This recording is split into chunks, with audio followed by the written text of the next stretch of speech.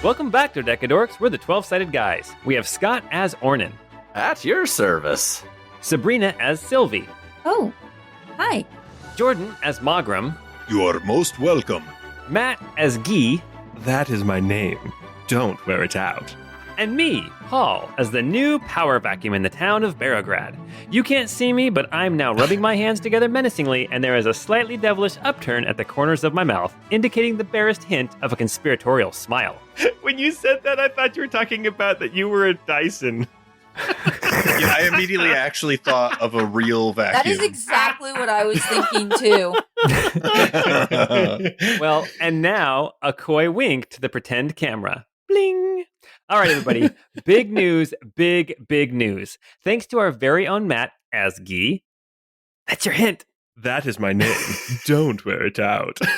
We have some new merch in our shop, so head over to 12sidedguys.com and visit our store where you can find character buttons. Show your love for your favorite Nari and the Boys and or JV team characters with these cute little buttons. We're all super interested to see which button will be the most popular, but my bet is the best seller will be the Dungeon Master button. Hold up, I'm getting a note passed to me from Matt. I'm unfolding it now, and now I'm reading it. Okay, so I've just been informed that there is no Dungeon Master button, and no one would want a button with just a picture of my face. Touche. Anyway, if you ever went to a shop and got totally distracted by the shopkeeper doing the shopkeeper shuffle, then this podcast is for you. It's Chorus of the Forsaken, Episode 8.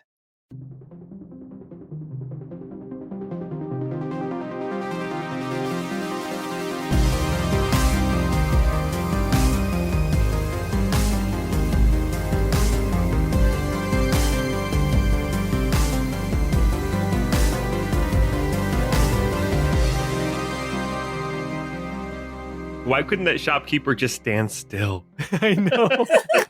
Just constant spinning. And I always thought he looked like a chef. I know. Well, and he had like one arm up like he was getting ready to like chop something, like a karate chop. But I thought he was doing like an Olay dance or something. Anyway. You know what? Maybe. Is this Chrono Trigger? Secret of Mana. Secret of Mana, yeah. Oh, that's the one. Yes. And then the girls with the long hair always gave me funny feelings. But you know what I'm talking about. You know what I'm talking about. Okay. You do. Someone say they know what I'm talking about, please, before this gets weird. We've all had funny feelings, Paul. It's already weird, but yes, we do know what you're talking about. All right. Well, last time we were together, I was going to say Nari and the Boys. Okay. Last time we were together. We need a party team name. We need a team name. Why do we need a party team? I was just thinking that because I was uploading character sheets and I'm like, I don't know what to call the group when I'm uploading these sheets. Yeah. Well, in episode 2, I called them the Dreamers, but that was just in the episode description. I called the guys the Dream Team. I think somebody made that on the Discord. Yeah, I think the Dream Team is the prologue characters. Yeah.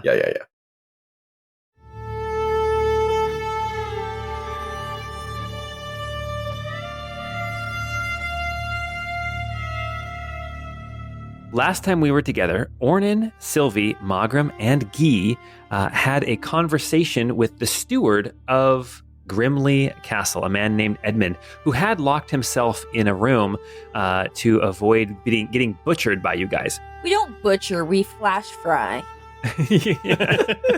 He avoided conflict by hiding in a room off to the side of the throne room. After the fight was over, you managed to coerce him out and talk to him, and he informed you that what was happening down here in the dungeon was the darkest of magics. After rounding up everybody in the castle, you were led down into the dungeon where you discovered a secret entrance into an older part of the castle. It looks like it's actually been here a lot longer than the castle. As you ventured further in, you found this large room that had curtains hanging up all around it, keeping a watchful eye out of the center of the room. But you could see that there were lights glowing in the center of this room. And as you came around the curtains, or came through the curtains in some cases, you saw that there was a woman, this unkempt younger woman who was doing some kind of ceremony over this altar in the center of the room. Upon the altar, surrounded by candles, was also the bones of somebody who I believe you assumed it was Sir Roland's wife. this woman down here casting this spell, doing this ritual. Her name, Cassandra the Unnatural. As you approached, she raised up a few denizens of the dead, 2 skeletons and 2 zombies who began attacking you, and also some of her magical traps began to whiz out and hit you as she cast Spirit Guardians, and a battle ensued. I almost got whizzed on, guys. As the battle was being waged, Pranciful ran over to one of the curtains because some of the curtains were actually blocking off some statues, hiding the view of these statues from the center of the room. Pranciful attempted to tear them down and got stuck in the curtains and could not tear them down. But you managed to bring down Cassandra the Unnatural. Her 2 zombies and 2 skeletons fell as well. And that is where we stopped last time, and we are picking up right there as Sylvie, Mogram, Guy, and Ornan, along with Gardenia, the surviving guard of Tobias the tax collector, are standing here in this large underground temple. Well, what did I say? I told you it was going to be a Frankenstein. I mean, that's basically a Frankenstein on an altar, right? You put the body parts back together, raise it with some unnatural force. I was right. It looks a little bit more like a monster to me. I don't see any doctors around, so I'm looking for Dr. Frankenstein. I don't see him. Face it, everyone, I was right. I'm pretty sure I saw this get paraded in front of the Mexican Congress. It's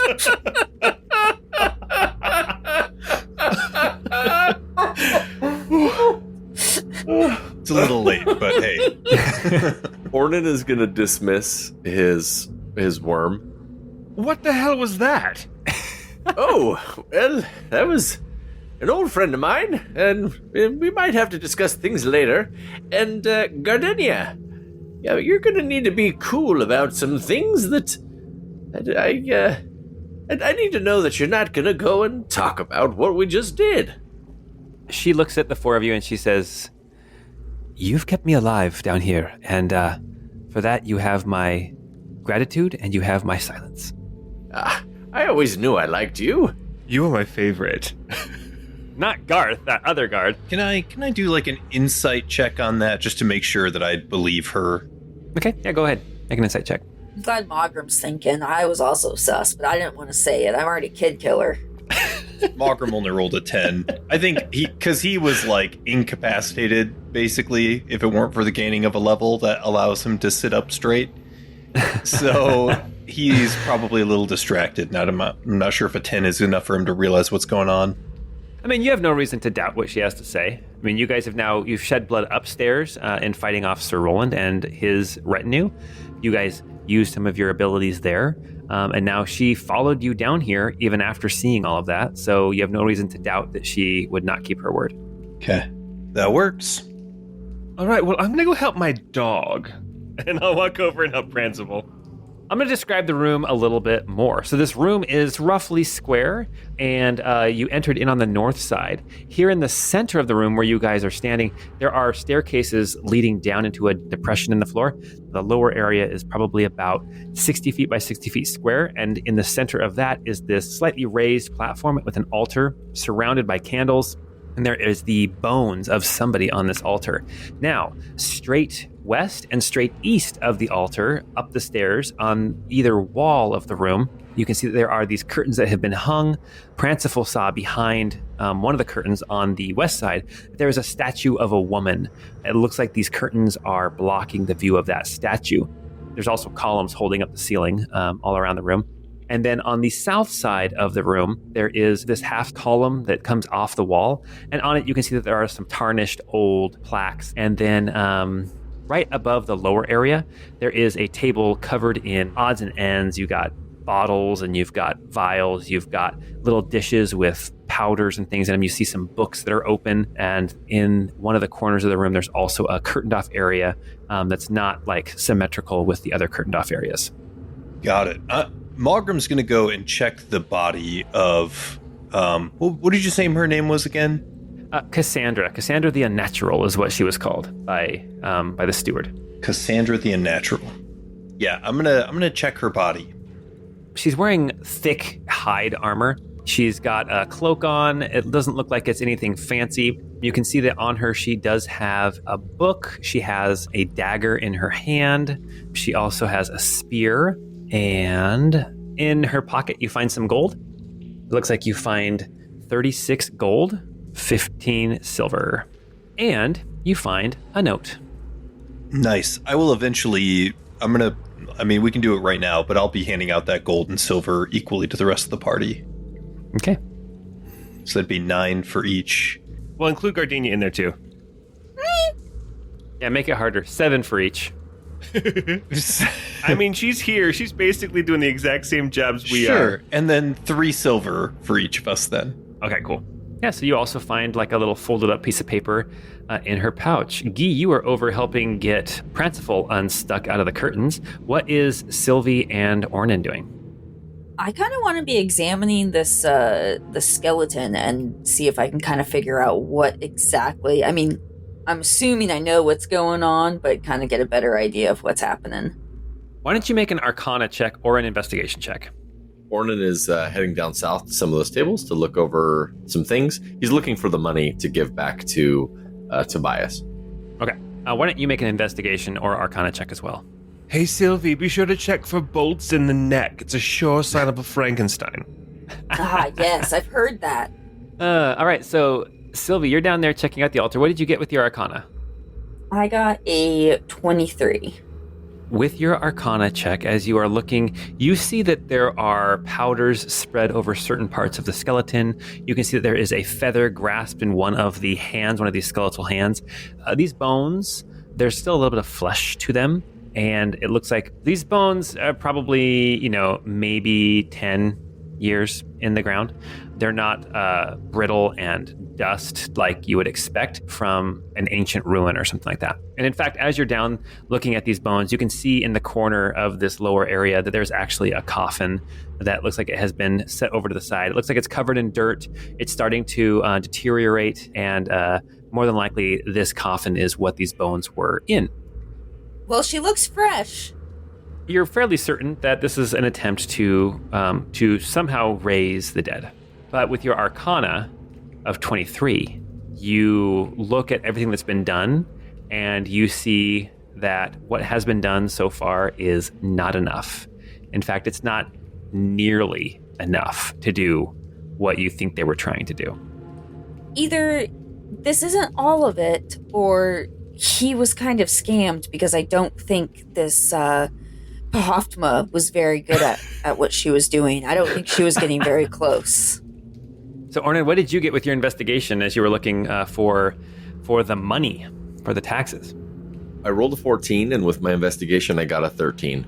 Okay. As you were looking around, you see this table that's set up with all of these vials and dishes and things, and you can see that some of these dishes are brass, some of them are copper, some of them are gold or silver. You can see that one of the cups that's here that's holding some fluid that looks surprisingly like blood, except for it's not quite thick enough, but it doesn't smell like wine, that it is crystal, right? So there is some very expensive equipment on this table, but from where you're at now, you don't see any money. You do, however, see 2 rolled up pieces of parchment tucked over in the corner. Ornan will grab the parchment, and he will also just make a mental note for later that there's some valuable stuff that Tobias might want. Okay, yeah. There's also another cordoned off section, and as you're standing where you're at, Ornan, as you kind of look around the room, you can see that this other room it looks like another table with more stuff on it. So it looks like this might have been where you're at now. This table that looks down over the altar may have been kind of the final prep area, and then maybe there was some storage back tucked away in another little area of the room where other important things might be. Okay. Guy, you managed to get Pranciful unhooked from the curtain. You're a big, strong boy. Oh, look at you. There's more curtains. Go get them while I take care of this one. Go show me how you're a big, strong apex predator. And then he goes and he runs and jumps on him again and gets all tangled up. But as you're standing there now, you can look too. You can see behind these curtains, you see there's a statue. The statue looks old, not in necessarily bad shape, but it does look old. The time and the weather has started to kind of pit some of the stone, but you do recognize the form of a thin woman. Okay, can I do a religion check to see if I recognize this as a depiction of like a goddess? Yeah, go ahead, make a religion check. All right, my religion check came back as a 5. So this is what I'll tell you. Just looking at the situation, and this is probably everybody's already figured this out already. It seems that if this is a goddess, that Cassandra setting up this ceremony in here was very careful to try to hide what she was doing from the eyes of the divine, the gods and goddesses. So you imagine this being must have some power, but you don't know necessarily who it would be. All right, well, I'll just pull these curtains down if I can. I'll just start moving out of the way and pulling them down. Yeah, not a problem. You pull down those curtains on the west side and you reveal a statue. Hey, everyone, there appears to be a statue over here. Principal looked like he had that in hand, but thanks for helping him. He's a big, strong boy, isn't he?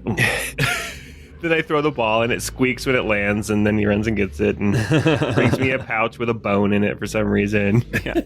I loved it when for some reason I got rope. It's like, you can't even use rope in the game. Why are you giving me rope? For all you uninitiated, Baldur's Gate 3. Yeah.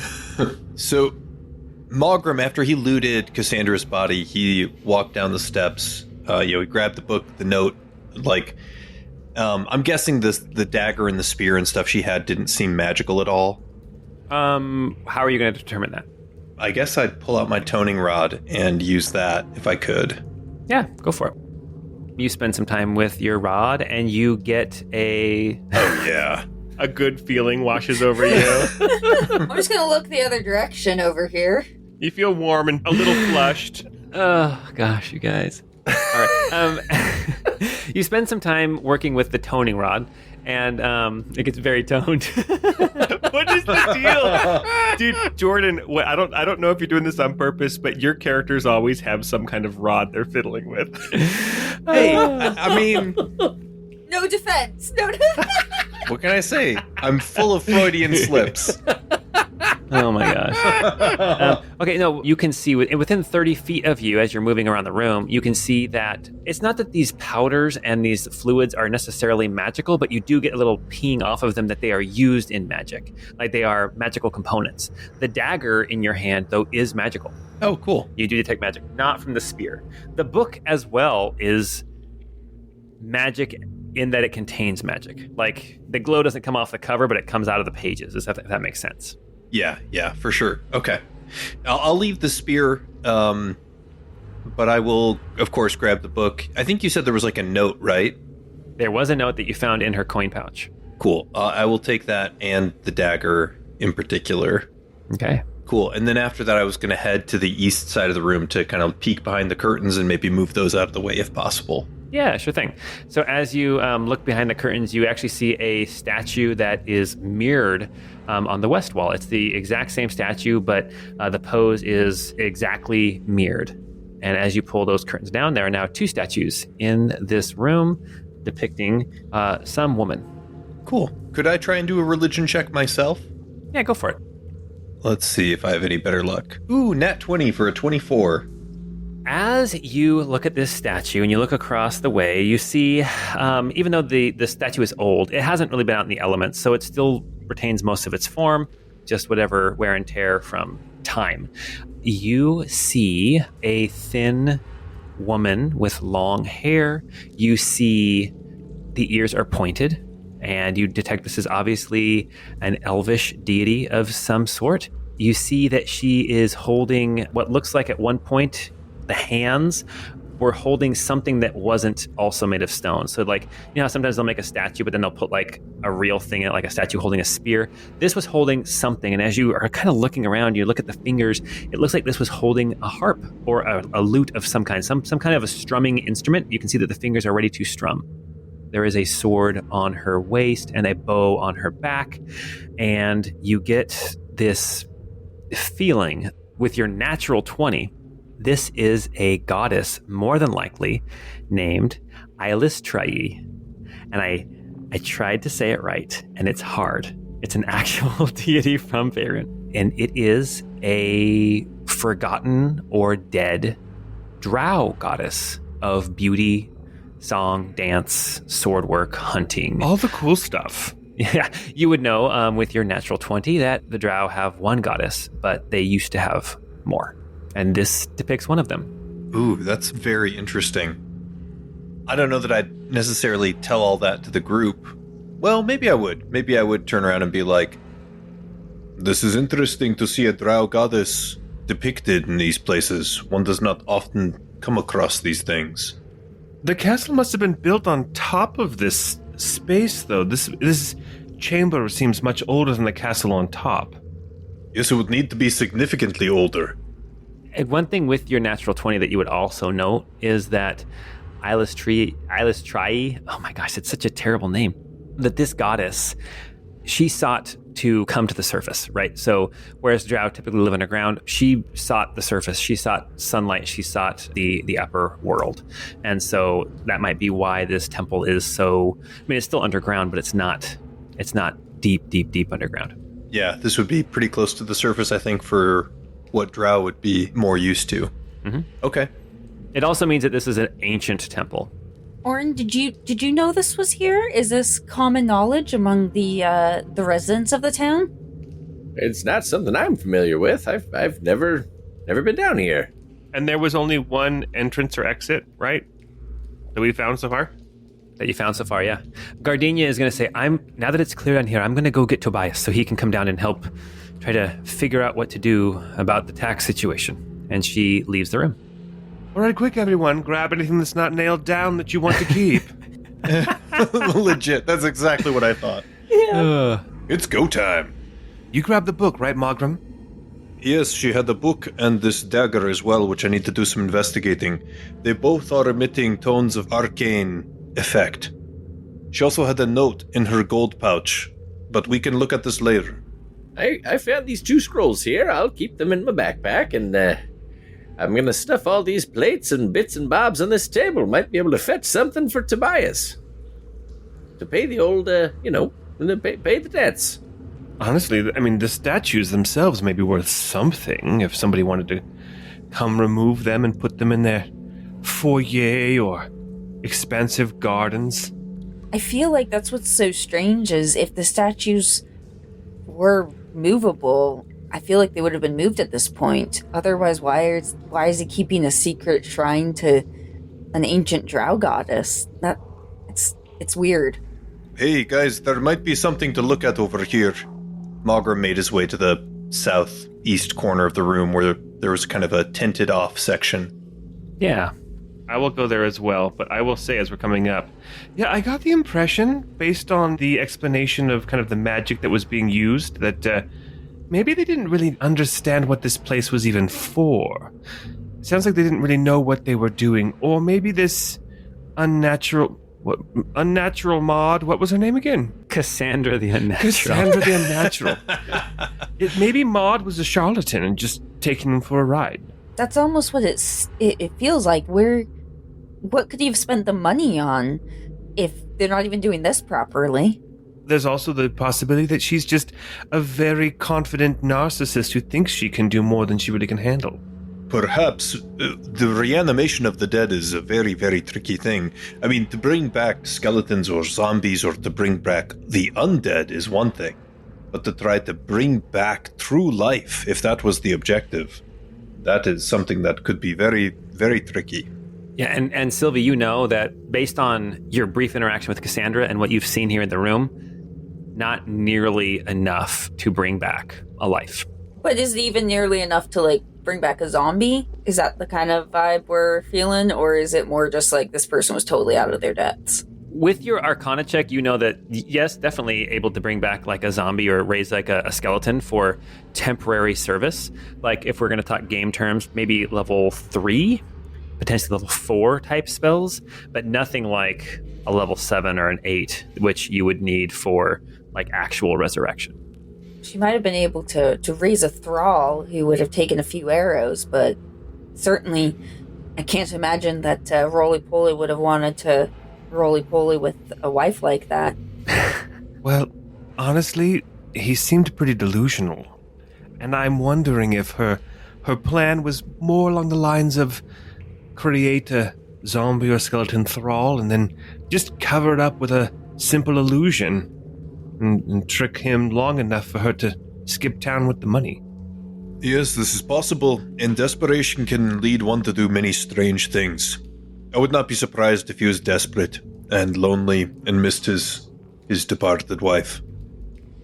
All right, you guys are here in this room. You can see that there is a table covered in more bottles and more things. This is more like the bottles and the jars and things are all like stopped up and they're not actively being used. You see there's a chest over on the wall it looks like it's locked. That looks like it's fairly big, but it's not terribly heavy. There's definitely something inside of it, but it's not full of gold or something like that, like you would maybe expect. Can any of you guys open a lock like that? Well, I have been known to help the occasional person who forgot their keys at home. I unfortunately don't have any of my picks with me. I need to purchase some new ones. As you guys are talking here in this workshop / lab, I guess you could say, you see that Tobias with Gardenia, as well as Edmund the steward, come down in here. Edmund's eyes are wide as he looks around. You see he's got like a handkerchief over his mouth, looking down at the zombies as he walks past, these dead zombies and these skeletons, looking into the center of the room. He actually stops at the railing around the center of the room and just gazes down into the center with an appalled and aghast look on his face. Tobias and Gardenia come closer to you guys, and Tobias says, Gardenia filled me in on what happened down here. I am so grateful that you were able to succeed and bring down this terrible threat. But I must ask, and I don't mean to sound heartless, is the money here? Found these plates and dishes. There's a chest here that's locked, though. I don't know if I can get it open. This one's made of gold. Can Sylvie try to take the key that she had grabbed earlier and see if that fits in the chest? Yeah, you can go ahead and try that key. Sure, see if that works.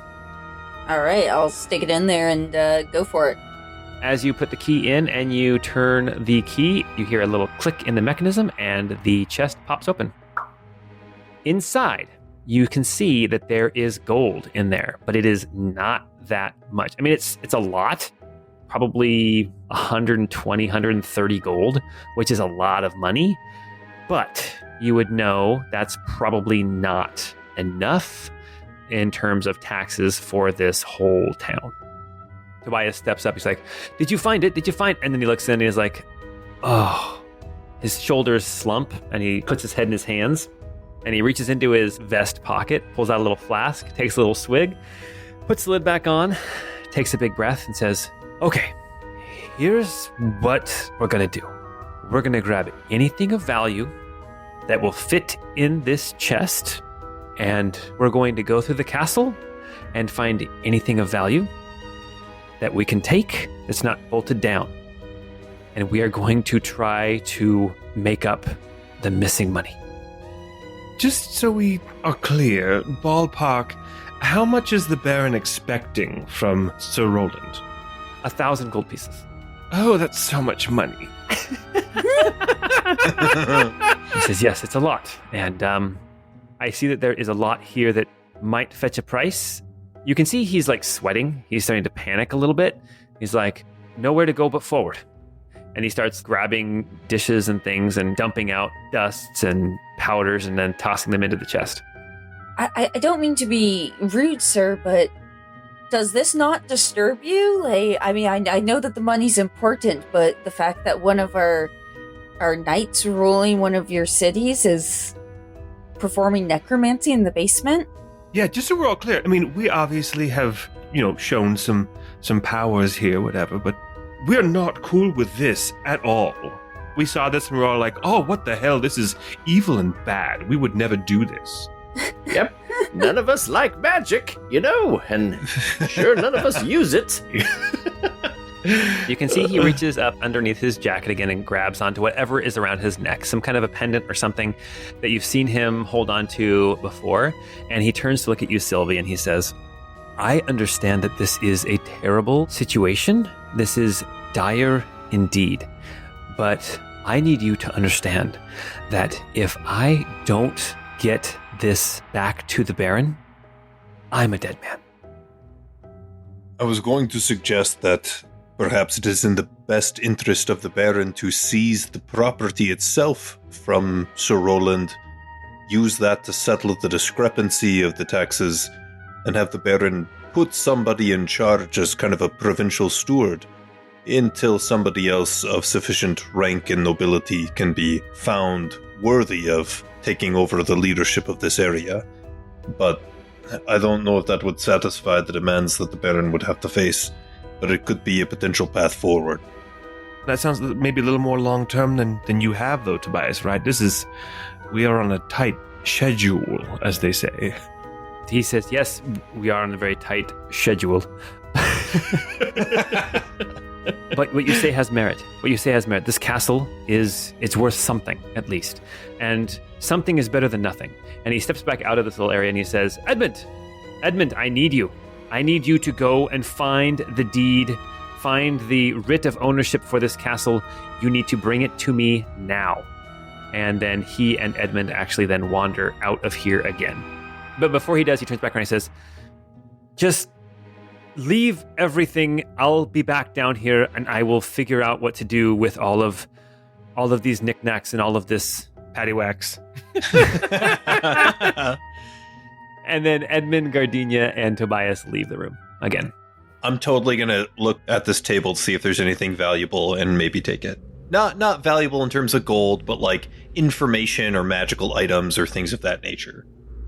I was going to say, like, the book on Cassandra the Unnatural would fetch some money, but only, like, I'm assuming it's a spell book, so it probably would only fetch money in some kind of black market deal.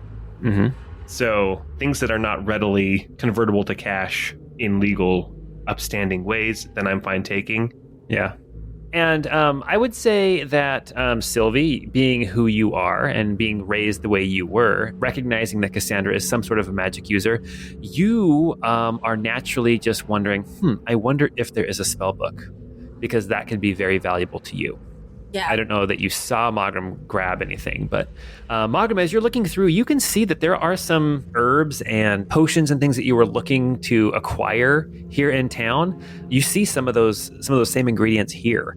I'd say that you see enough ingredients to make some healing potions, but you don't have the facility or the necessarily knowledge to do that. But if you could get the ingredients to somebody, you could probably make, with what you see here, you could probably make at least 6 basic healing potions or 2 greater healing potions. I'll actually tell that to everybody and just say, there are ingredients here, reagents and alchemical components which could be used to make us some healing potions. I don't have the aptitude to do such things, but if there are individuals in the town, perhaps we could take some of these over to them to have them make some for us. Or they could purchase them from us as resources for them. That might be a way for Tobias to get some of the cash he's looking for.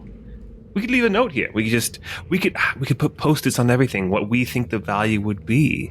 I don't think this is supermarket sweeps. Like, I don't know if that's really what we're doing here. Yes, I'm fine with leaving these components here, although I might take this and that one for my own use. And he's going to just pocket a couple small things that he thinks that might actually be important spell components for his own use. Okay. Just because, sidebar, yes, he is a variant of a cleric. He doesn't necessarily have a whole lot of, like, spell components, but there are still some that often come up. And the way that he is being played for flavor's sake is that he is often making things. Right. Ornan is going to look at those scrolls that he picked up. Why don't you make an Arcana check? Oh, at the scrolls? Oh, okay. Yeah. Well, I'm not great at this. As you unroll them, you see symbols and diagrams that I don't know that you actually comprehend them, but make an Arcana check. Rolled a 5 and got a 4. Sylvie can peer over your shoulder a little bit and maybe give you a little bit of help. Hey, Sylvie, I don't think this is written in common. Is this something that you can understand? You know what? Sylvie doesn't even need to roll. You can read it. You see that there are 2 spell scrolls here. And I don't know that you actually have access to these spells, but you can read what they say. You see that one of the spell scrolls is a scroll of Speak with the Dead. And you see that The other spell scroll is Summon Undead. Ooh. And now, with your knowledge of Arcana and you looking at these 2 scrolls, if this is as powerful of a spell as she had, it just reiterates she had no hope of raising this woman to actually come back to life. Well, it looks like we might be right in our hypothesis. This scroll will bring back the body, but only for a temporary amount of time. It's not a true revival. I would like to make a suggestion to everyone. We have been helping Tobias with this immediate task. I think we have gone above and beyond what we were asked to do, and I think it might be in our best interest to disentangle ourselves from this situation further. At this point, the Inquisitors are going to be involved. They're going to want to investigate, and having witnessed all of our abilities, I think it's best if we maybe try to bid adieu to Tobias. I agree. Gardenia seems nice, but with those Inquisitors, I wouldn't trust her. Honestly, I don't see it. I think that Tobias is way more interested in getting what value he can from what's down here before he'd ever involve the Inquisitors. They would confiscate everything and burn it. Yeah, you saw a man look at some seriously atrocious and heretical things down here. Even people who don't worship Iona, people who, just anybody looking at what they saw down here would be disturbed, right? And he looked at it and then moved on because he's a man on a mission. I'm not saying that he would intentionally turn us in, but I feel like he wouldn't owe us any favors if the Inquisition somehow got involved, and this seems like something they might be trying to get involved in. Yeah, it seems to me that it is only a matter of time before they would gain knowledge of what occurred here, and then they would demand access to this place. And I don't want to be anywhere nearby when that could potentially happen. I just had a dreadful thought occur to me. And what is that? Tobias may be able to earn some kind of reward for turning us in. That would not surprise me. All the more reason I think we should leave now.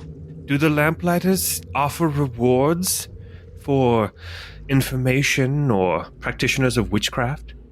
No, that's not something I've heard of with the Vantorians, but it's not impossible.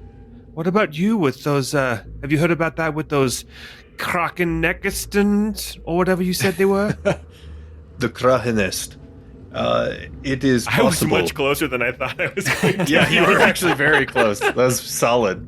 Yes, for the Krahenest was a fraternity, almost a secret society. Everyone operated on their own and infiltrated different aspects of society. Many of them went into the Inquisition and began to work in there, seeing it as a means forward.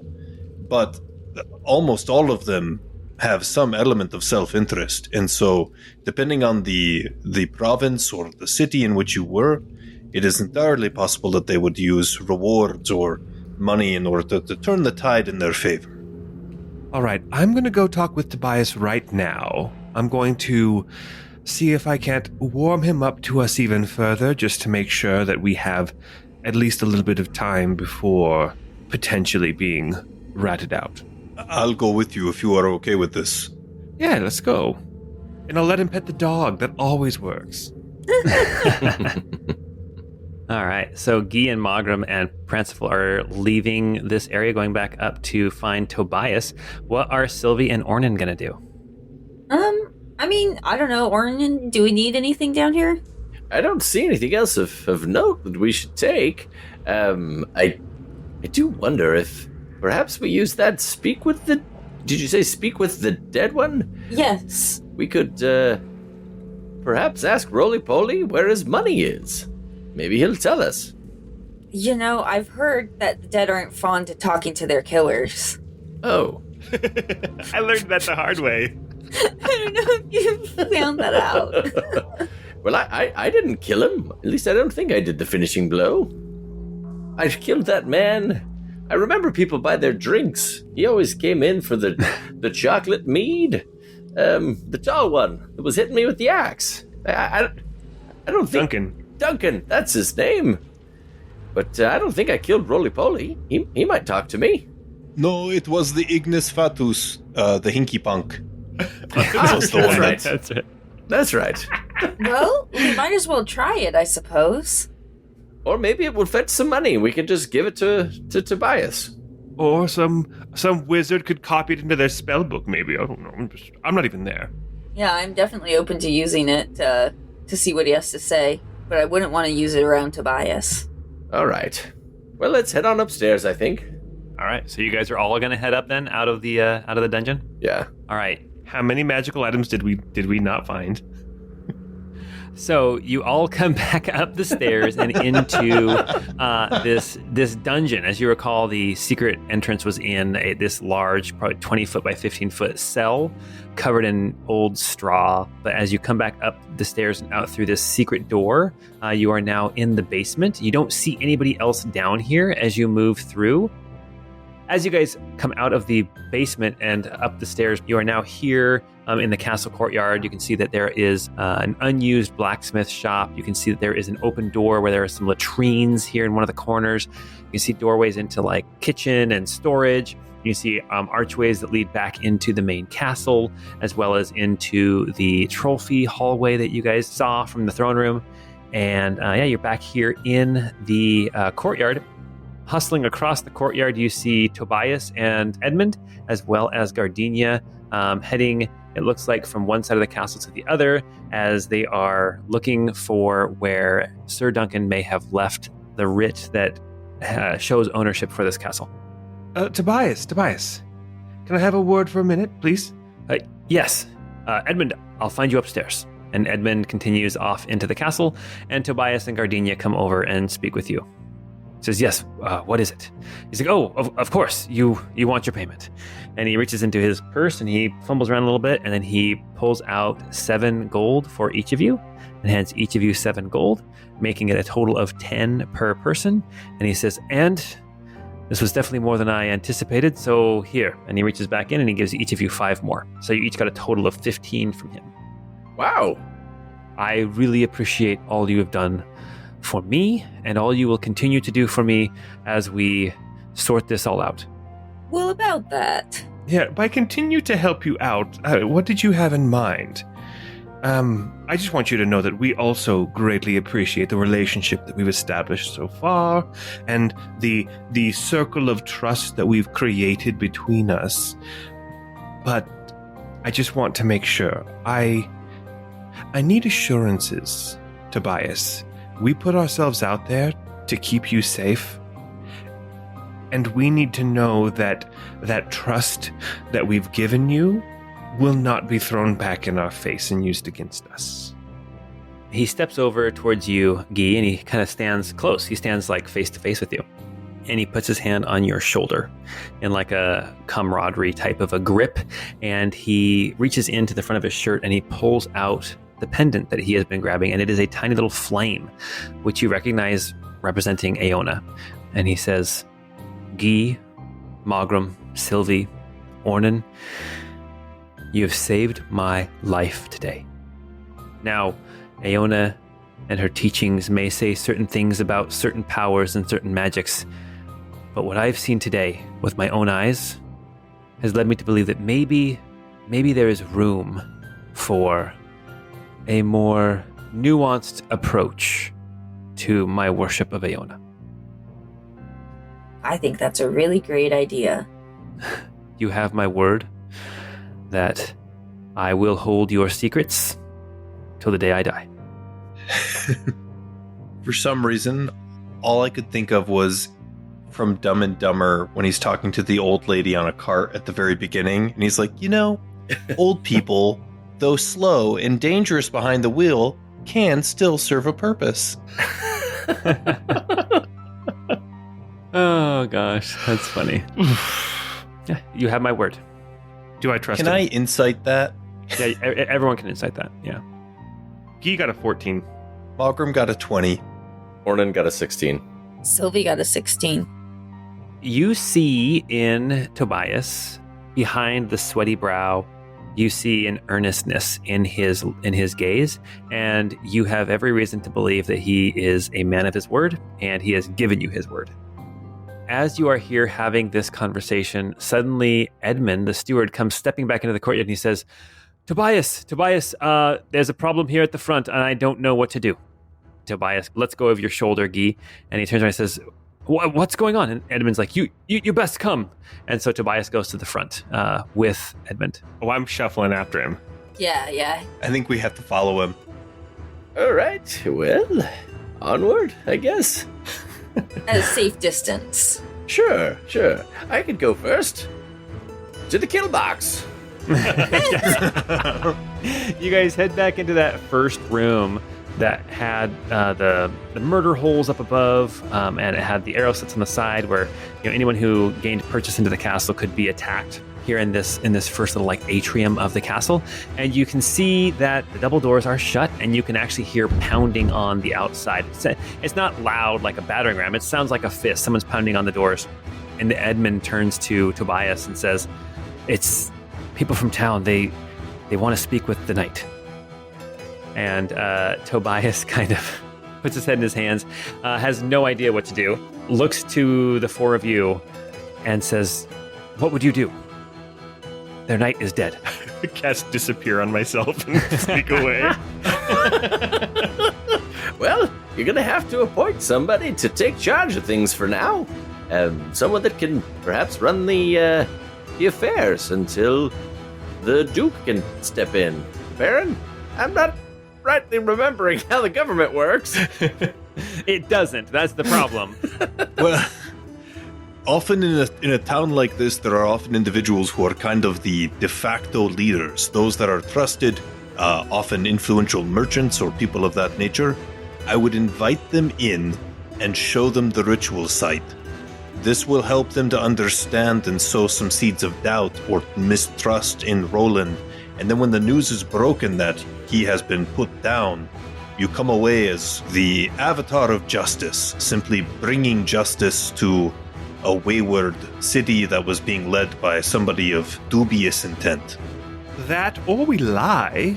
We could just say, "Oh yeah, we heard that he was feeling ill, and so Tobias, representative of the Baron, came to see if the rumors were true, and he keeled over and was buried in the middle of the night in his private graveyard that you'll never know, in an unmarked grave, so you can't see the wounds on his body or anything." But yeah, it was tragic. I certainly do think if we tell people that we've what we found here today, we will raise eyebrows from the Inquisition. You hear pounding again, and this time you hear some shouting, "Let me in, I need to speak with Sir Roland." And then you hear some cursing in another language that you don't understand. Well, let's open the door and get this over with. All right. Are you opening the door? Yeah. Okay. Oh, man. As you open the door, you see standing right in front of the door, you see two people that you recognize. Ornan, you recognize these two dwarven men Oh, this is awkward. who you gave their family member's backpack to, their belongings. Hello. And you can see behind them 10 or 15 other citizens of town, and they are standing all with angry looks on their faces. Some are scared and clutching children, classic torches and pitchforks type of thing. Think of the children. Well, and you can see also the other family, the family who lost Evangeline Lilly. And these two dwarves are standing there at the front, and one of them speaks up and he says, "We need to talk to Sir Roland about the wizard in the woods who is making monsters attack people. He must do something." Oh, man, okay. Yes. Well, about Sir Roly-Poly, We understand you had some contact with this wizard. He's a menace to our lands. He must be brought low. Actually, it wasn't a he, it was a she. And she's already been dealt with. And then somebody else shouts and says, "No, there's two wizards. There's one in the east and one in the west." East and west? no. Everything's They must be working together. Is one of them wicked and one of them good? I think I see where you're going, Guy. No, everything's been sorted. But Sir Roland, it's a long story. Tobias, you're in charge here. Sir Roland has to do something. Sir Roland has to do something about the monsters, these beasts that are attacking people on the road and attacking villages. Is it the snake monsters again? Are they at it again? The snake monsters attacked you on the road, so we heard. No, but villages have been attacked as well. And this is news to you guys. Oh. Tobias looks like he's at a loss. If you're worried about the wizard, we've already dealt with it. We actually brought her body here to show to Sir Roland. We can go... why don't we... Gardenia, will you go fetch the body of the wizard? She's like... To show the crowd? She looks at Tobias like with a lost look on her face, and he kind of nods. Oh, down in the basement. Remember, we put the body in the basement. He nods, and she says, yes, I will. Yes. And then she goes back in, and then she steps back out. She's like, she goes back in. This is something that perhaps the women and children, maybe those with weak stomachs, might not want to look at, so everyone will get their answers, and we can spread the word around town, but things didn't go so well here in the castle. So... One of the dwarves speaks up and he says, okay, so you've got the wizard in the east, but what about whoever is controlling the beasts in the west? Is there anything west of us, Paul? Just small, tiny little village settlements type thing, hamlets, that kind of thing. Because there's no major road that really goes out that way, right? There isn't, no, just little cart paths and things. Yeah. We might as well rip the Band-Aid off. The Baron is going to have to, appoint someone else to watch Barograd for us. Roly-Poly is no longer with us. No long... He's dead? Yep. How? Why? When? What? It turns out he was in cahoots. He was working with the wizard, which the magic things, and yep, he's dead. I put my hand on Ornan's shoulder. I have advantage on deception checks because of my class, so I Okay. have a good chance at doing something. Because I was going to say you can make this with... So you are definitely stretching the truth, but you are telling enough of the truth that I would give you advantage, but you've already got advantage. So go ahead and make a deception check. I'm still going to put my hand on Ornan's shoulder because what he is saying is probably enough to get the Inquisition interested. That's true. We can't be sure, but it seems like maybe he was deceived by this wizard. Yes, that's a better way to phrase it. Sorry, I just get nervous in front of crowds. Go ahead and make your deception check. I got an 18 deception. All right. You can see that the crowd is like talking amongst themselves. Wait, so Roland was in cahoots with this evil wizard. And they start talking back and forth. And you see this older gentleman. He is he's being supported, held up by two other people. He's got like white hair, a white beard. He's dressed in rough clothes. Looks like probably homemade. You don't recognize him from town, so he's probably from outskirts. He says, okay, so Roland was working with a wizard that you killed in the east, but what about the wizard who has been attacking our settlements as late as last night? Honestly, this is the first we've heard of this. We'd need to hear more about what happened and what you saw, what you experienced. Have there been casualties? Yes. Out in Knuckle Creek, they came in the night and they attacked us. Why are you laughing at Knuckle Creek? What on earth would they have wanted in Knuckle Creek? Yeah, it's probably Moose Knuckle Creek that they're... Sorry, that's why I started giggling. I hear 'cause that was the my moose first knuckles thought. are quite the delicacy. Oh That's my true, gosh. yes. I was going to make a joke about the creek being really shallow. She just goes knuckle deep. Oh my god. Oh. Knuckle Deep Creek. Oh man, they probably don't have it all the way in there. No. Oh my gosh, it doesn't you go all the guys. way. Oh. I'm very sorry to hear that about what happens at Knuckle Creek. Honestly, Paul, it's They're not all a like, bad name. quit laughing at the name of our town. It's just us. It's great. No, I'm I know. sorry. No, it's I'm great. so No, it's sorry. you don't need to apologize. It's fine. This older man, he says, yes, last night they came slashing and piercing and destroying, and we few managed to escape, and we made it here just now. We came seeking aid from Sir Roland, but he's gone. What are we to do? What was it that came piercing and slashing? Were these creatures or people or...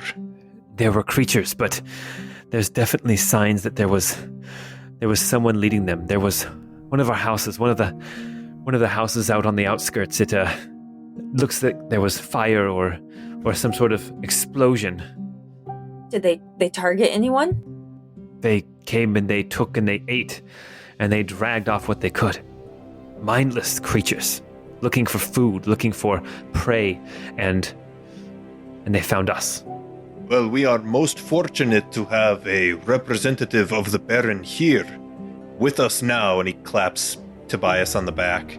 He's like, this brave man, who is very wise and capable leader, will surely be able to come up with a plan of action where he can rally the Baron's aid to help assist the good people of this area. Well, see you later as we leave. Yeah. Sure is good to have Tobias here. He'll help you right out.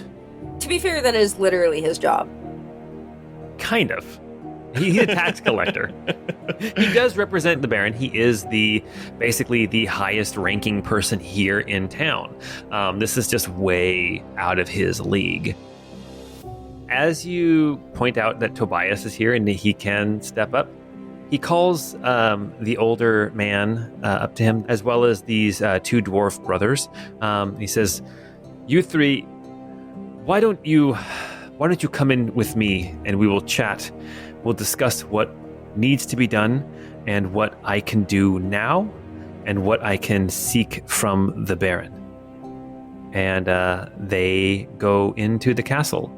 Tobias, as the two dwarves and this old man move into the castle, along with the people who are holding him up, Tobias turns back to the four of you and he says, he's whispering to you guys, "You have my word. I will not tell anyone what I have seen." He's kind of reading the writing on the wall. Is this where your help ends? Is there any way that I can retain your services a little longer? Mogram would look to Guy and to Ornan and Sylvie, and then I think he would probably say, after you have had a chance to speak with the people, come to meet us at the All the Way Inn. He kind of hangs his head a little bit, says, "Okay. Thank you." And then he turns around and walks back into the castle. The people standing in front of the castle, you see them milling about. They showed up to the castle angry and looking for help, and now they are lost and confused as they have just heard that their sovereign has died and that he was working with an evil wizard who was controlling monsters off in the eastern forest. But there's still a wizard in the western forest who's controlling monsters. And you guys are like, wait, what? Don't inspect the wounds too closely. I guarantee you none of them will match the weapons we're holding. I don't say that, I'm just kidding. You guys don't even need to make perception checks. You guys can see, standing a little further back, not right up next to the castle, you can see that there are 3 inquisitors standing there watching what's going on. You see the red-bearded dwarf with the scars, and then you see the man and the elven woman with the facial tattoos. And they're watching what's going on, and they will kind of turn to each other and make a comment and then turn back to see what's going on as you move away from the castle and head down towards wherever you're going. I kind of feel bad now. I mean, yes, she was an evil wizard, right? But we're just giving the crowd a dead body of a disheveled woman and expecting them to believe that she was some evil wizard. It's like, she's got a wart. She has got a wart. She turned me into a newt. Exactly. That's what it feels like. Burn her anyway. Burn her. All right. So where are you guys headed? You guys do notice that the Inquisitors are watching the crowd, watching the castle, and they're watching you guys as you walk away. Ornan's headed to the All the Way Inn. I'll see you all later at the All the Way Inn. I need to go get cleaned up and changed at home. Yes, the busy shift is about to start. I've got to get to work. All right. So we know Ornan's going to the All the Way Inn. We know that Guy is going back to Nalira's manor, the Silvercrest Manor. Where are Mogram and Sylvie going to be? Yeah, Sylvie would go back to her room at the All the Way Inn, and honestly, I think she would take a snooze. She is not ready to work a shift. Okay. Yeah, Mogram would head back to the All the Way Inn. He's He's very nervous. This is attracting way more attention than he would like, and so he's pretty anxious to meet with everybody and kind of strategize and game plan and recommend that they get the heck out of Dodge. Sylvie agrees with that. As we're separating, though, Guy will say, "Keep a smile on your face, everyone. The more nervous we look, the more the Inquisitors are going to pay attention to us." Noted. All right. So Ornan, Sylvie, and Magram, you guys head back over to the All the Way Inn. As you go in, you can see that behind the counter, Kino is kind of walking back and forth. You can hear him like talking to himself. He's got a little stick in his hand as he walks along, and then he kind of like pretends to swing it at something like it's a sword. And then you can hear back in the kitchen, you can hear Gemma working on getting some food prepared. As Kino sees you enter in, he's like, Uncle Ornan, Uncle Ornan. And he comes running up. He's like, "What happened to you?" Well, I've got to wash a little bit of this blood off. It's mostly other people's and a little bit mine. It's like, wait, you told me you'd tell me what happened at the castle when you got back. So, here you are. I did say that. Yeah, what happened? I really want to know. We fought a monster. A And monster? she was 15 feet tall and had big wavy hair, and there were skeletons all about. It was quite a wild adventure. And then Gemma comes stepping out. She's like, now, Ornan, don't feed his head. Wait, Ornan. Oh, There's more truth to what I was saying than you probably believe. I'm gonna go get cleaned up, and then we should have a chat. yes, definitely. Kino, come here. Come help me in the kitchen. And she pulls Kino back into the kitchen. And she kind of steps towards you, Ornan, and she says, Are you okay? Are you hurt?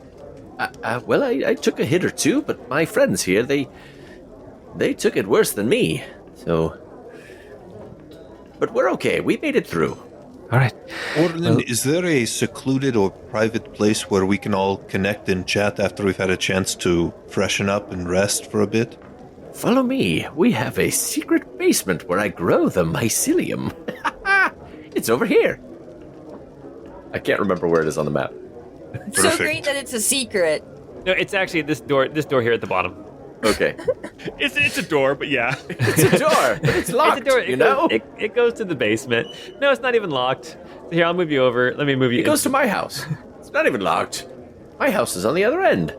Sylvia, are you going too, or are you going to go into your room? No, I would definitely go down. I also want to advise to get the hell out of here. So as you go down the basement, you enter into this storeroom. You can see there's like some straw on the floor. There's barrels and crates, and there's bags full of food and things. There's a couple rooms down here, but on the eastern wall, there is a doorway that Ornan knows very, very well. It is a doorway that leads into an underground cave. And through that cave, it takes him to his house. As you move through the cave, past all these mushrooms, you see that there is a brick wall with a door in it, and that leads into Ornan's basement, where you can find more cultivated mushrooms, where he grows his little garden patch. Moving into the basement of Ornan's house, you go up the stairs and into his home. This was the grand tour, everyone. This is where we grow the mycelium for the mead. Among other things, a nice cold storage place for the hot summer days. Got the meth lab over there. Sure.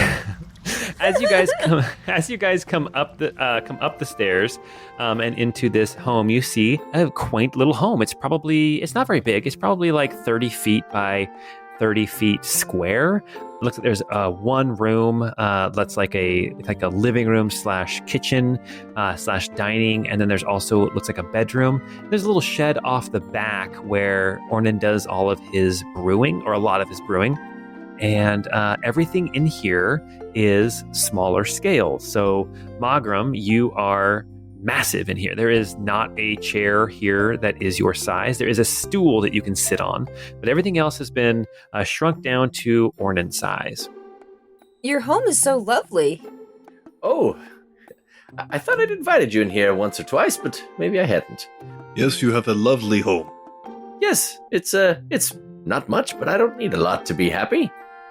I feel that it is important that we talk about everything that's transpired. I was able to take a few things off of the body of this Cassandra the Unnatural, and wanted to have a chance to look it over. I hadn't even had a chance to read the note that I found on her body. But I also took a few magical artifacts as well. I think being in possession of anything of the arcane might be problematic with the Inquisitors, but I also felt that it would not be good if it fell into the hands of the Inquisition either, so I have it here with me. Well, let's take a look at it. Yeah, I'll pull out the dagger, I'll pull out the note, I'll even pull out the spell book so that way we can look over that all together. Ooh, Sylvie will get very excited about that spell book. Yeah. So, spellbook, as you pull out the spellbook, Sylvia, you start looking through it. There are spells in here that you do not currently know. Most of them are like first and second level, but there is a third level spell. Let me see here. There is, after reading through it, you determine it's too powerful for you to cast yet. It's even too powerful yet for you to feel comfortable trying to copy it into your own spellbook. But you see Fear, the spell Fear. Well, this was a great find, Mogram. Some of this looks a little bit too advanced for me, but definitely some stuff I could use. You know, you are welcome to use it, and perhaps even it might fetch a nice prize at some point if we can find a fence to distribute it or sell it for us. You see Ray of Sickness, and you see False Life, Fog Cloud, and then there is a second level spell as well, Mind Spike. Hoo-hoo. Write those down. So no ritual spells in there? I'm not there, so I can't. No, but really, that's a great point. I suppose Gentle Repose would be in there. That's a ritual. Very cool. I've got to be honest, I'm a little apprehensive to continue working for Tobias.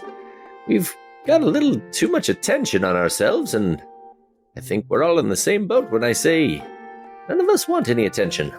If indeed there is a potential for some wizard or something out in the west to be attacking the people, I think Tobias should speak directly with the Inquisitors, should procure their assistance and help with it, and then we should perhaps leave town.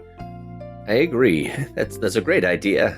I'm also worried about that woman we saw last night who was running away from us. I think she might be in a similar situation to all of us. Well, if she's smart, she'll be on her way out as well, if that's the case. But I like exploring the whole map and finding every single side quest. Mogram, you said you were pulling out the note as well? Yeah, I wanted to look over the note and then eventually also check out the dagger and see if we can figure out anything about that one. You already determined that the dagger was magical, but you pull out this little scrap of note. And as you open it up, Mogram, do you want to read this note? Yes. Exercise caution in Aloran. The land grows wilder with each passing year. Show me your worth this... What is this? Foolish night? With this foolish night, and I will show you more of my secrets. If you prove yourself, find me at year end in Cladvina, betwixt the willows and the silver.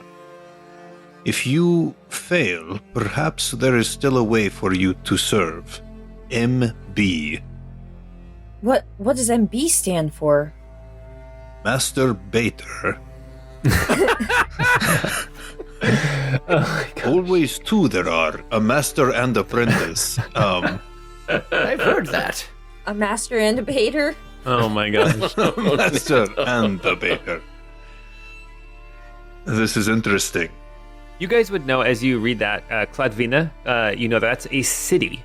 It's in a different barony, though. It is over in the Pithrian barony, which is further east. It's kind of a more marshy swampland, and Cladvina is the barony seat of that barony. So, if I'm understanding correctly, Cassandra the Unnatural came here, perhaps under the guise of being able to perform this very complex and difficult ritual, perhaps even of resurrection. She never perhaps even had the capabilities of doing this, but was essentially swindling this Sir Roland, and perhaps funneling the cash to whomever MB is. Well, if this MB is any sort of wizard or sorcerer in the same vein that she was, he might find a way to make use of her body, even though she's dead.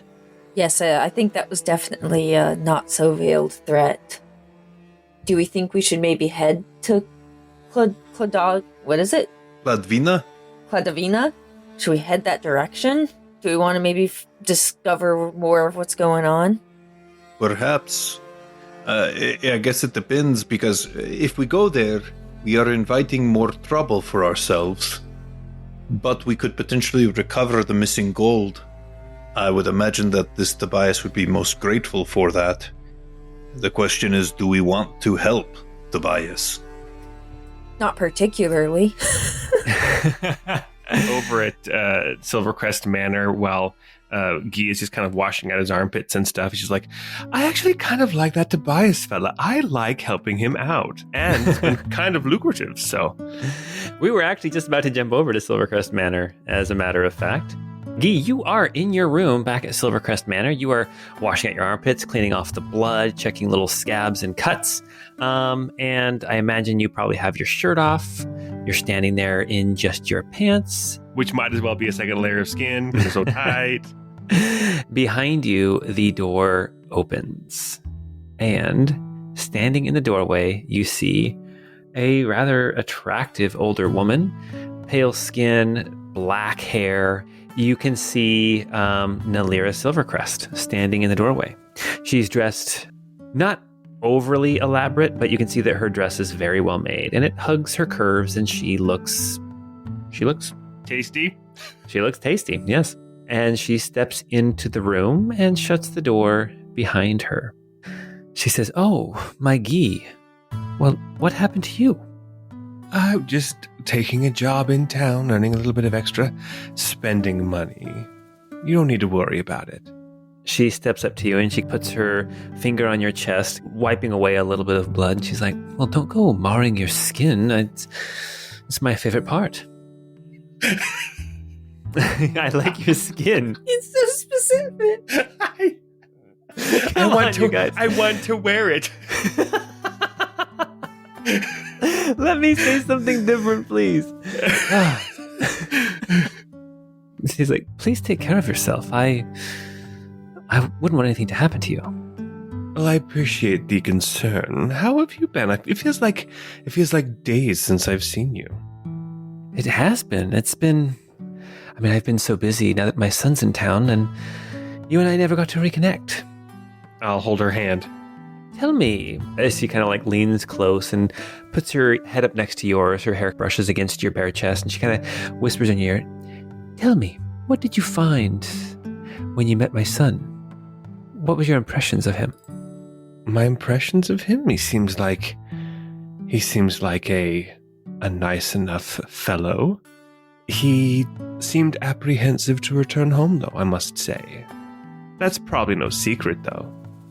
Well, I assumed as much, but he has not acted that way. She steps around behind you. She's got her hands on your shoulders. She's doing that whole, touchy-feely... Like walking around me, tracing a finger, just dragging one finger across the back of my shoulder blades and stuff. Okay. Exactly. Gross. She's like, "But I asked you to find out why he was coming. Did you glean anything from him?" You know, Nalira, you and he are not so different. I can tell he's yours. He can be hard to read sometimes, mysterious, aloof. Yes, he can. And like me, he hides it very, very well. So, nothing? She steps away and looks at you. He said he was in imports and exports and was returning home after some success out in the islands in the Southern Sea. You can see her start to drop her facade. Nothing else? I asked, I prodded, but he was a closed book. This is no lie. I'm telling her everything I know. You are. You're telling her everything you know. He's in trouble. She steps back towards the door and she says, "Well, Guy, She turns back to you and she says, Guy, I appreciate the time we've spent together, but I'm No, afraid I'm breaking our up with time- you. I'm breaking up with you. You're ugly anyway. Did you really do that? Yes, I did. I really did Oh that. no! Oh no! Oh no! She's like, but, Nalira, listen. We had a good thing, and it was nice while it lasted, but you broke the rules. It's fine. I'll grab my things. I'll be out in a matter of an hour. good. And she steps out the door and leaves. No, I'm breaking up with you. That's so awesome. And as soon as the door closes, I do the degeneration neck. Suck it. Start crying a little bit though. gosh. No, honestly, Guy liked the meal ticket, but like it got uncomfortable as soon as she asked for something beyond their arrangement. So he'll just start getting all of his stuff together. I'm surprised she didn't ask for anything back though, but I will just take everything and leave. Because this armor was not mine. I know. I think you surprised her though with the whole line. I'm breaking up with you. She's like, what? Huh? You surprised me with it. That's for sure. All right. So I you wasn't take the gonna next. let her do that. Guy is a very proud guy. Yeah. So you are packing up all of your things, Would you say he's a and proud boy? oh my gosh. Sorry. Nope, I wouldn't. Okay. Oh my gosh. You know what though? Hey, Paul, this actually, there's quite a few of our listeners who are going to really like that Nalira is no longer in the picture so that Guy and Keldon can become a thing, apparently. Honestly Apparently though, that's what the listeners want. Galden. as you are packing up your things, about 20 minutes later, you hear a light knock on the door. Yes, who is it? It's Keldon. You can come in. That's fine. I'll be gone in a little bit. He opens the door and steps in and closes the door behind him. He is also dressed nicely. He's got, shoulder length, a little past his shoulders, very dark hair, matches his mom's coloring and everything. As he walks in, he says, I hear you ended it with my mother, or she ended it with you, or... Oh, I ended it with her. Listen, Keldon, going out and finding you was never part of our understanding, and I'm glad that I was able to help and bring you home, but that's not at all what I was hoping to find in this house.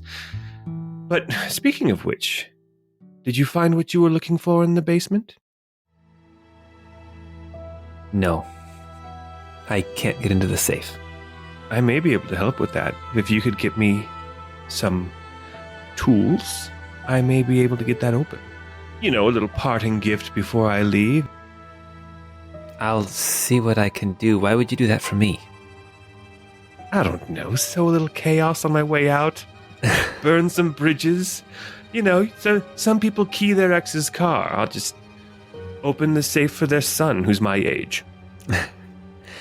He says, I'll see what I can find. Are you... I'll be at the All the Way Inn. You know, I've been meaning to try out that other place in town that nobody ever seems to go to. Oh, the Riverview Lodge. Yeah, the Riverview Lodge. Yeah, it looks beautiful on the outside. He says, I'll see what I can find, and I'll bring them to you. I really appreciate this. As he's about to leave the room, he turns back around and he says, Guy, I think she killed my father. You could have told me this on the road. Jeez. You were my mother's creature. Creature? You were in her Gross. back pocket. Yes, it is gross. You're my age, you sicko. Creature lives to serve, master. Okay, well, the help here seems to really, really love you and miss you. Yes, they do. That's good. Okay, well, I guess I'll be seeing you later. I will, I'll stop by tonight. And then he leaves the room. And I hopefully just got my hands on some free thieves tools. Nice. All right. We are going to fast forward a few hours to dinner time, actually a little after dinner time.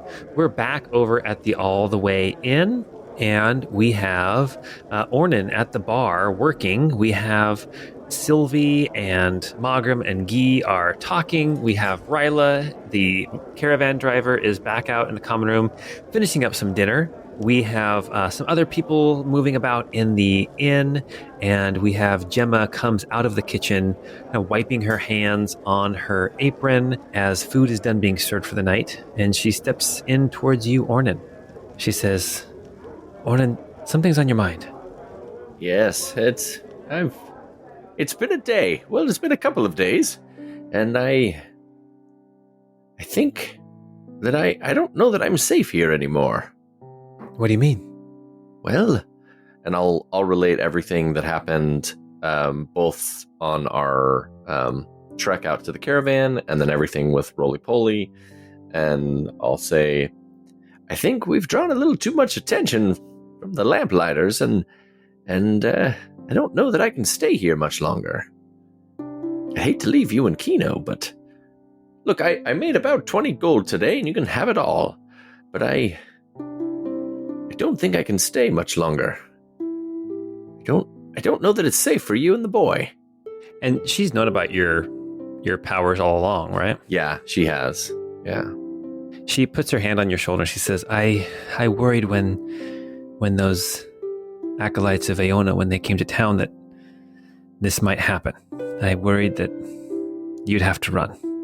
Yes, that was my thought too, but I hoped that we could get through it without drawing too much attention, but you know me, I tend to meddle where I'm not needed, and it gets me into a little trouble. Well, you'll be missed. Before you go, you'll have to say goodbye to Kino. He'll miss you greatly. Of course. And I don't know that I'm leaving now or tomorrow, but it will happen soon, so I'll pen something for Kino, and I'll make sure to say a nice long goodbye, and I've got something from his dad to give him too. You can see a little tear in her eye. She's like, something from his dad, that's so thoughtful. Of course.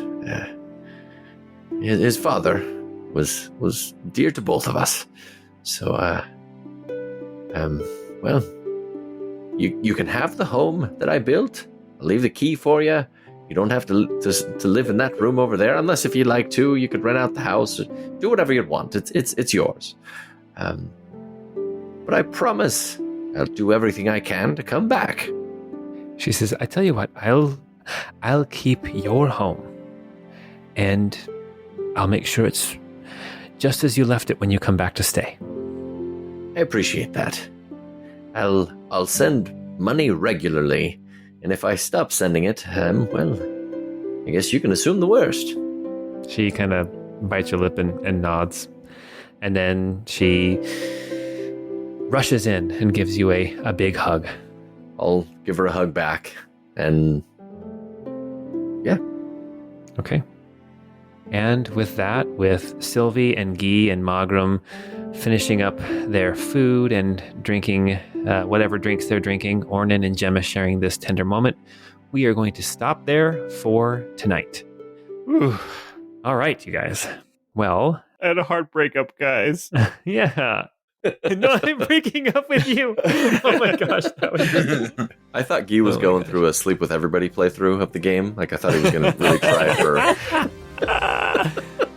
All right. Well, hey, thank you guys for playing. Don't forget, we have our Discord. You can come talk with us about the episode, talk with other fans of the show, and we have buttons in the shop. And until we get together next time, we hope you have a great time.